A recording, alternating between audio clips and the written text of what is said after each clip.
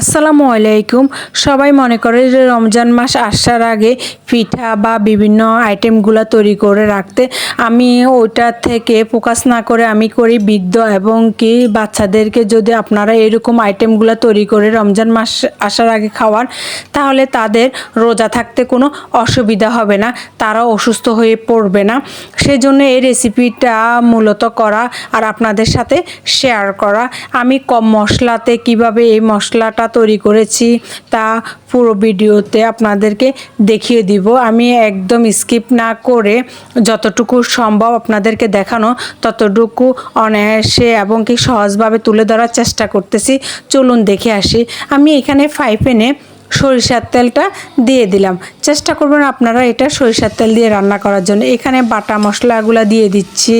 আমি এগুলা ব্লেন্ডারে ব্লেন্ড করে নিয়েছি। আপনারা চাইলে এটা শিলনোড়াতেও বেটে নিতে পারেন।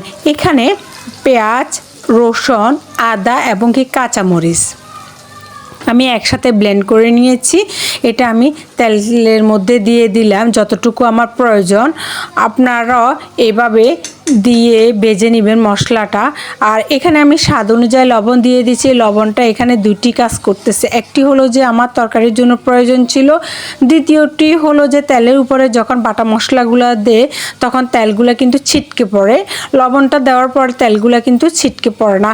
আরেকটা বিষয় হলো যে অনেক সময় পাইফেনে বা ফাতেলের তলায় লেগে যায়, এগুলো কিন্তু লবণ দেওয়ার পরেও এটা লাগে না। এখানে আমি হলুদ গুঁড়ো, মরিচ গুঁড়ো, ধনিয়া গুঁড়ো এবং কি গরম মশলা গুঁড়ো দিয়েছি। গরম মশলা গুঁড়োর ভিতরে কিন্তু আমার এখানে জিরা গুঁড়ো ছিল। আমি সবগুলা গুঁড়ো মশলা একসাথে ভালো করে কষিয়ে নিব। ভালো করে কষালে তরকারিটা খেতে কিন্তু অনেক মজা হয়। আর এখানে আমি বেশি ঝাল দিয়ে মরিচ গুঁড়ো দিয়েছি। আমি এখানে কিন্তু সামান্য পরিমাণে, যেহেতু আমি এখানে কাঁচামরিচ দিয়ে রান্না করব, আর এটা বেশি কিন্তু ঝাল হবে না। ঝাল হলে কিন্তু বাচ্চা বুড়োরা খেতে পারে না। সেই জন্য এখানে আমি পরিমাণ অনুযায়ী পানি দিয়েছি। এই পানিটা দিয়ে আমি রান্নাটা কমপ্লিট করব। আমি আর পানি দিব না, যেহেতু এটা মশলাতে কিন্তু বেশি পানি প্রয়োজন পড়ে না। আপনারাও চেষ্টা করবেন মৃদু আঁচে রেখে সময় নিয়ে কিন্তু এটা রান্না করতে। আমি এখানে 5 মিনিটের জন্য ডেকে দিয়েছি। 5 মিনিট পরে এসে দেখতেছি আমার মশলাটা কষানো হয়েছে কিনা। হ্যাঁ, আমার মশলাটা কষানো হয়েছে। আপনারাও মনে হয় বুঝতেছেন উপরে তেলগুলো কিন্তু উঠে আসছে।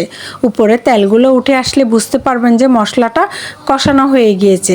আপনাদের আমার ভিডিওগুলো যদি ভালো লাগে তাহলে আমার চ্যানেলটিকে সাবস্ক্রাইব করুন, লাইক দিন, বেল বাটনটি অল করে দিন। এটা আপনারা মনে বুঝতে পারেন না এটা আমার কিসের মাংস। হ্যাঁ, এটা আমার কবুতরের মাংস। এখন থেকে যদি আমি বাচ্চাদেরকে এবং বুড়োদেরকে আলাদাভাবে যত্ন করি তাহলে তাদের রোজাগুলো থাকতে অসুবিধা হবে না। আপনারাও চেষ্টা করবেন বাড়ির ছোট সদস্য এবং কি বৃদ্ধরা থাকলে তাদেরকে আলাদা করে যত্ন করতে এখন থেকে শুরু করে দিন।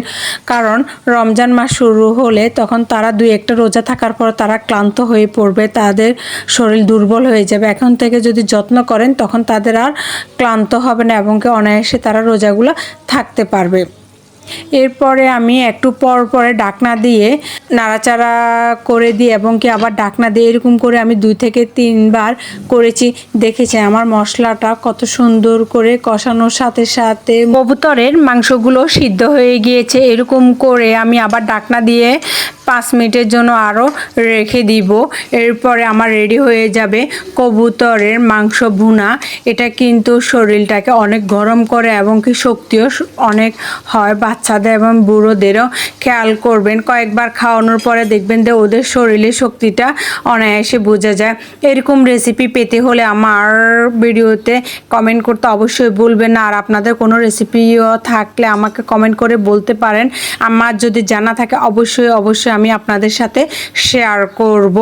দেখেছেন কত সুন্দর হয়েছে এবং কি ঝোলটা কত ঘন হয়েছে। এরকম করে আপনারা বাসার সবাইকে তৈরি করেও দিতে পারেন, নিজেরাও তৈরি করে খেতে পারেন।